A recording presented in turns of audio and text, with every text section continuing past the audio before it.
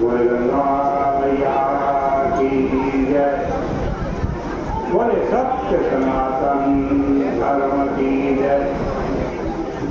बोले श्रीमद् भागवत महापुराण की जय।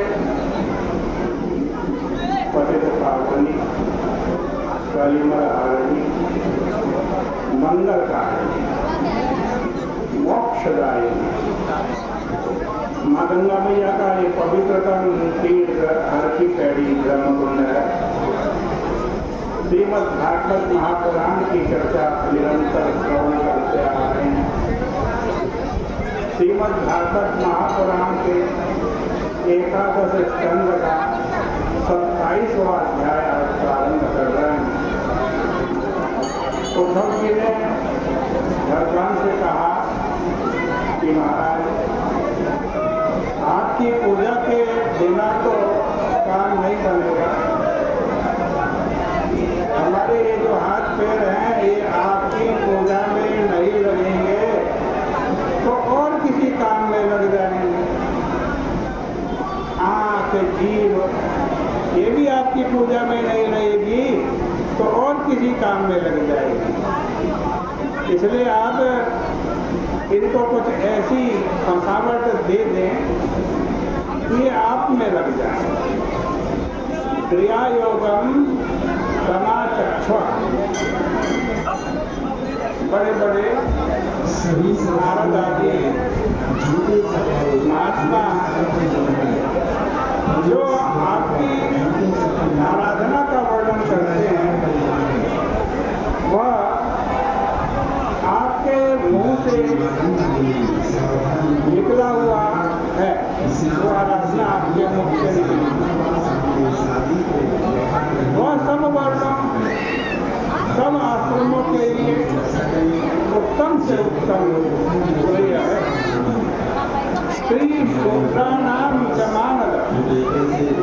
बड़े बड़े वैदिकों ने अपनी ओर से जिन लोगों को निकाल दिया है उनको भी यदि आश्रय मिल सकता है तो आपकी आराधना से मिल सकता है।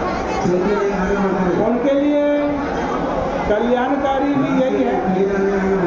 इसलिए हे कमल नयन आप मुझको कर्म बंधन से मुक्त करने वाली विधि बताएं।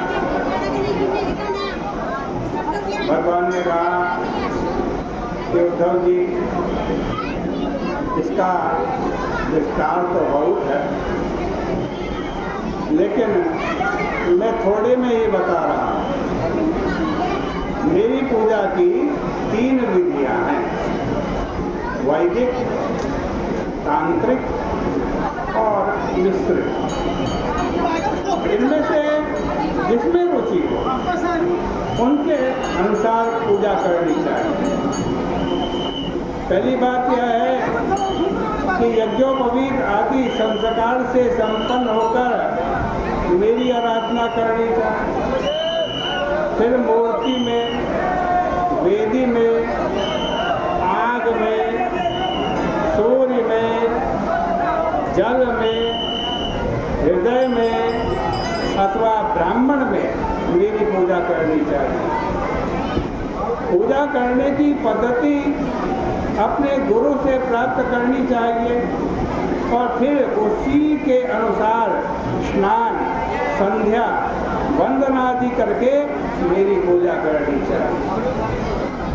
शैली दारुमयी लौही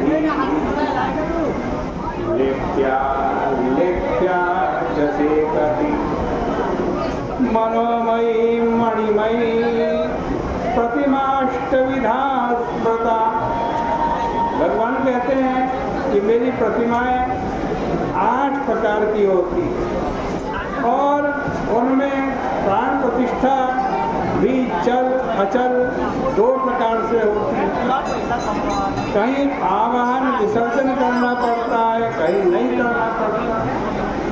मेरी पूजा विविध वस्तुओं से हो सकती है। जितनी वस्तुएं मिले उनसे भी हो सकती है। भगवान कह रहे हैं और कुछ भी ना मिले तो मानसिक भी हो सकती है।